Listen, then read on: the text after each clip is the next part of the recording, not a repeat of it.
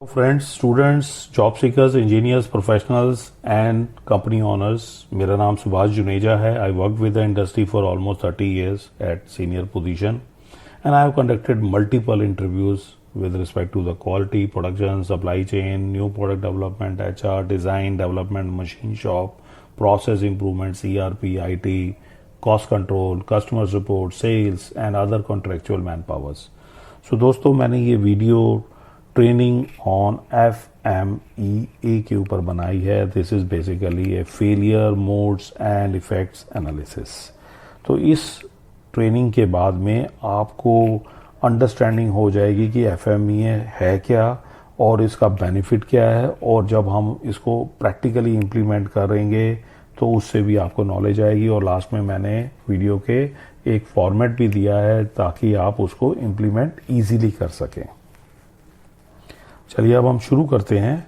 तो पहली जो स्लाइड है बेसिकली ये FMEA को अंडरस्टैंड करने के लिए कि ये है क्या. तो आप पहले बड़ा सिंपल तरीके से ये समझिए. पहला तो पॉइंट ये है कि FMEA जो सिस्टमैटिक मैथोलॉजी है, इससे फ़ायदा क्या होगा. इससे फ़ायदा होगा कि जो मेरा सिस्टम, प्रोसेस, प्रोडक्ट और सर्विस है उसको मैं आइडेंटिफाई करता हूं और इवेलुएट करता हूं पोटेंशियल फेलियर मोड के लिए, ताकि कोई बड़ा फेलियर तो नहीं आएगा इसमें.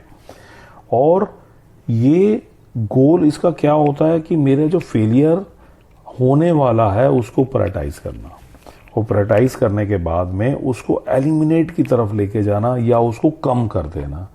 तो ये बेसिकली इसकी जो अप्रोच है, इसकी अप्रोच क्या है, लास्ट में अप्रोच क्या निकल के आती है कि मेरा रिलायबिलिटी फैक्टर या क्वालिटी फैक्टर वो इम्प्रूव हो.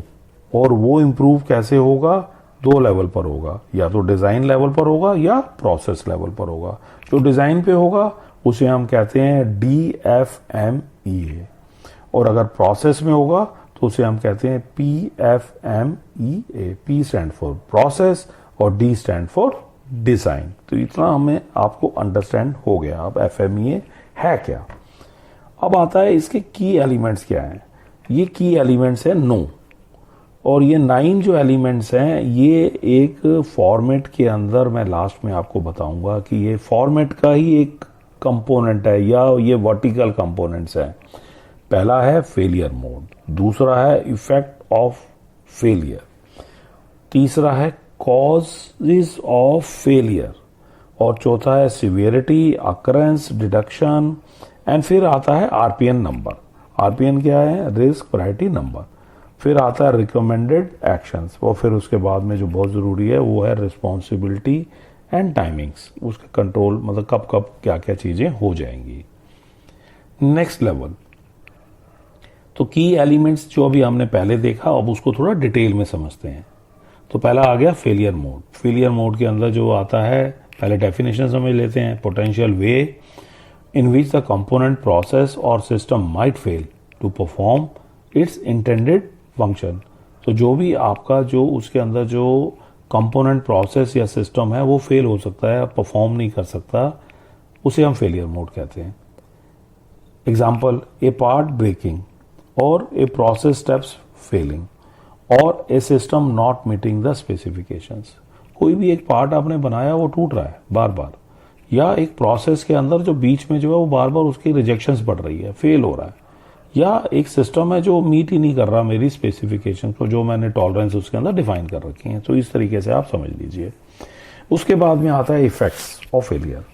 तो इफेक्ट ऑफ फेलियर क्या है, बेसिकली है कि इम्पैक्ट है. इम्पैक्ट किसका, फेलियर मोड का. फेलियर मोड यानी कि नंबर 1 पे जो मैंने आपको समझाया है, तो उसका इफेक्ट है. अब वो इफेक्ट किस पे आता है, सिस्टम पे भी आता है, प्रोडक्ट पे भी आता है, और किस पे आएगा, जब प्रोडक्ट पे आ गया तो फिर किस पे आएगा, कस्टमर पे आ जाएगा. तो इससे क्या होगा, एग्जांपल, मेरी परफॉर्मेंस रिड्यूस हो रही है, या सेफ्टी हजार्डस है, या कस्टमर डिससेटिस्फैक्शन हो गया, मैं उसको सेटिस्फाइड ही नहीं कर पा रहा हूँ. उसके बाद में आता है कॉजेज ऑफ फेलियर. तो ये बेसिकली क्या है, रूट कॉजेज या कंट्रीब्यूटिंग फैक्टर्स क्या क्या हैं जो लीड करेंगे मेरे फेलियर मोड की तरफ. अब उसमें क्या क्या हो सकता है, मेरा डिज़ाइन फ्लॉ है, या उसके अंदर ये भी हो सकता है कि मेरा मटेरियल डिफेक्ट्स है, या ह्यूमन एरर्स आ रही हैं. तो मेरा डिज़ाइन एरर है तो उससे भी हो सकता है, या मटेरियल के अंदर डिफेक्ट आ रहा है या ह्यूमन एरर आ रहा है। नेक्स्ट फोर्थ में आ गया सिवियरिटी। सिवियरिटी का मतलब है कि सीरियसनेस या effect of the failure mode जो है, टिपिकली रेटेड स्केल जो इसका होता है 1 से लेकर, अब आपको इसमें क्या है, जब मैं फॉर्मेट पे जाऊंगा तो इसको आप में 1 से लेकर 10 तक नंबर देने हैं और इसमें नंबर ये देने हैं कि इसका इफेक्ट बड़ा है या कम है। विनाशकारी जैसे मैंने लिखा है, विनाशकारी मतलब वो प्रोडक्ट को पूरा डिस्ट्रॉय कर रहा है, आपकी कस्टमर वैल्यू 0 कर रहा है, आपका प्रोडक्ट ही नहीं रहेगा, वो वर्किंग ही नहीं रहेगी, उसकी फंक्शन ही नहीं रहेगा। To access the how critical the impact of failure would be at the end user और the system. Okay, now next level is occurrence. Occurrence है फ्रीक्वेंसी, कितनी बार आता है। एक है कि कम आता है, रिमोटली आ जाता है, एक है जिसको आप रोक ही नहीं पा रहे हो, आ ही जा रहा है वो। जैसे प्रोबेबिलिटी अगर किसी फेलियर्स की ज़्यादा है, ये एग्जाम्पल पे आ गया। इसके बाद में तीसरे नंबर पे आ गया डिटेक्शन। डिटेक्शन का मतलब ये है कि आप उसको पकड़ रहे हो, मतलब आगे नहीं जा रहा। अगर आपने प्रोसेस के अंदर अगर आपने कोई रिजेक्टेड हो रहा है या डिफेक्ट आ रहा है कि वो कस्टमर के एंड तक नहीं जा रहा, मैंने पकड़ लिया, तो मेरा डिटेक्शन बहुत अच्छा है, ऑलमोस्ट देयर, तो 1 नंबर। एक है इम्पॉसिबल है, मैं पकड़ ही नहीं पा रहा हूँ, तो दैट इज 10 नंबर पे चला जाएगा, वो सीरियस हो जाएगा कि मेरा ये डिटेक्ट भी नहीं हो पा रहा है। तो अब आप अगर इसको देखें 4, 5 एंड 6, अगर मेरी सिवियरिटी याद है, अकरेंस का नंबर याद है और डिटेक्शन का याद है, तो आरपीएन नंबर, अब आरपीएन नंबर पे अब यहाँ पर आपको अंडरस्टैंड करना है, जब ये तीनों याद आए हैं तो मेरा आरपीएन याद हो जाएगा, गुणा करनी है तीनों की, severity multiply by occurrence and detection. अगर ये नंबर याद है तो पहला मेरा काम होगा कि जिसमें यादा है उसको मुझे करेक्ट करना है, ये मेरी प्रायोरिटी लिस्ट में चला जाएगा। और जब प्रायोरिटी लिस्ट में चला जाएगा तो मैं उसको जब अगली बार फिर उसको एनालाइज करूंगा तो मैं कंपेयर करूंगा मेरा आरपीएन पहले क्या था और अब क्या है। अब इसके बाद अगला आता है रिकमेंडेड एक्शंस। रिकमेंडेड एक्शंस में तब तक कि जब तक मेरी हाईएस्ट प्रायोरिटी रिस्क को मैं नीचे नहीं ले आ जाता, रिलायबिलिटी मेरी तब तक जब तक नहीं बढ़ती है, तब तक मेरे रिकमेंडेड एक्शंस के ऊपर काम चलता रहेगा। और इसके साथ साथ जो 9th नंबर पे आता है वो आता है रिस्पॉन्सिबिलिटी एंड टाइमिंग। उसकी देना जरूरी इसलिए हु इज रिस्पॉन्सिबल और क्या रिकमेंडेड एक्शंस हैं जिसको हमने उसमें लिखेंगे और उसे कंपाइल करेंगे।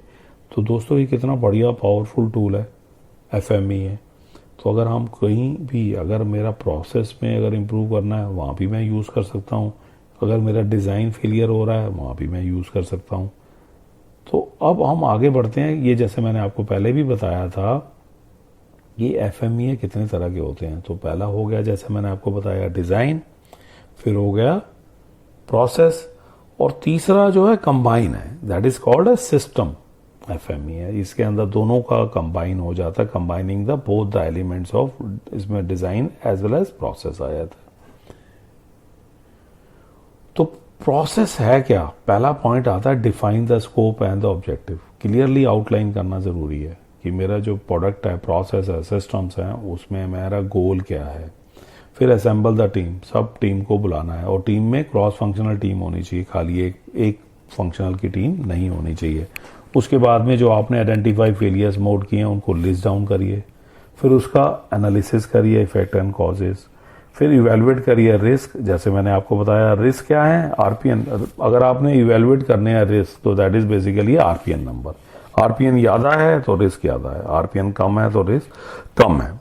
उसके बाद में डेवलप द इम्प्लीमेंट एक्शंस, इसमें आपने रिकमेंडेशन देनी है और एलिमिनेट करने हैं हाई प्रायोरिटी रिस्क को, और उसके बाद में रिव्यू करना है एंड अपडेट करना है। ये कंटिन्यूअस मॉनिटरिंग है एंड इफेक्टिवनेस इसको मॉनिटर करनी है जो हमने एक्शंस लिए हैं, और एफएमई को अपडेट करते रहना है। This is a scientific way for improving our processes. और ये इंप्लीमेंट कहीं भी हो सकता है, small industry, big industry, medium industries, anybody can do anywhere. तो प्रैक्टिस दिस। तो फेलियर मोड एनालिसिस में अब बेनिफिट क्या होने जा रहा है, ब्रॉडर पिक्चर अगर आप देखें, प्रोएक्टिव रिस्क मैनेजमेंट हो गई, यानी कि हम बड़े रिस्क से आने से पहले ही हम प्रोएक्टिवली वर्किंग करते हैं। उसके बाद में इम्प्रूव डिज़ाइन एंड प्रोसेसेस, मेरा एक कंटिन्यूअस इम्प्रूवमेंट प्रोसेस शुरू हो जाएगा। उसके बाद में एनहांस कस्टमर सेटिस्फैक्शंस, ये इम्प्रूवमेंट आएगी, और मेरे रेगुलेटरी कंप्लायंस भी साथ साथ मीट हो रही होंगी as based on industries requirements.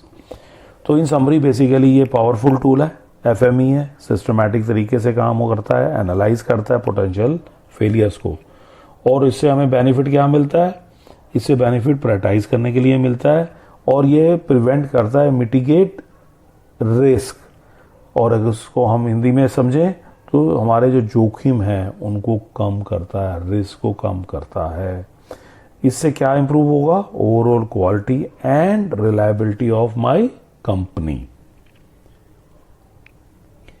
तो ये फॉर्मेट जानना बहुत जरूरी है। ये ट्रेनिंग के साथ साथ, ट्रेनिंग मैंने आपको पूरे अच्छे तरीके से समझा दी, अब इसको भी आप समझिए।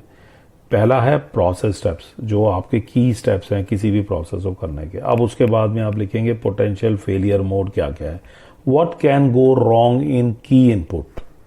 उसके बाद में आता है पोटेंशियल फेलियर्स इफेक्ट। अब इसको कस्टमर की भाषा में, जो आपने वहां पर किया वो तो इनपुट थी, अब आउटपुट में कस्टमर को क्या इंपैक्ट आने वाला है। अब उसके बाद में आता है severity, severity based on the customer effects. उसके बाद में पोटेंशियल कॉजेस, स्टेप की इनपुट की तरफ, जो उसके पोटेंशियल कॉजेज हैं, और उसकी अकरेंस पे। अकरेंस के बाद में फिर हमने करंट में मैंने कंट्रोल क्या क्या लगा रखे हैं, और कंट्रोल के बाद में मैंने डिडक्शन क्या क्या कर रखी है, और डिडक्शन तक अब आपका आरपीएन नंबर निकल जाता है इसको मल्टीप्लाई करके। ये तो हो गया पहला फेज, जिसे हम कहते हैं इनिशियल डेवलपमेंट ऑफ एफएमई, पहला लेवल आ गया। अब हम इंप्रूवमेंट शुरू करते हैं। हमारी इंप्रूवमेंट का पर्पस क्या है, आरपीएन नंबर को नीचे लेके आना। अब क्या करना है, क्या क्या एक्शंस लेने हैं, और रिस्पॉन्सिबिलिटी किसकी है, टारगेट डेट क्या है, ये हो गया। अब इसके बाद में आपने एक्शन क्या क्या लिए, सिवियरिटी क्या आई, फिर अकरेंस क्या हुई, डिडक्शंस क्या हुई, अगेंस्ट ऑन वही सेम जो आपने प्रोसेस स्टेप्स पहले लिए हुए हैं।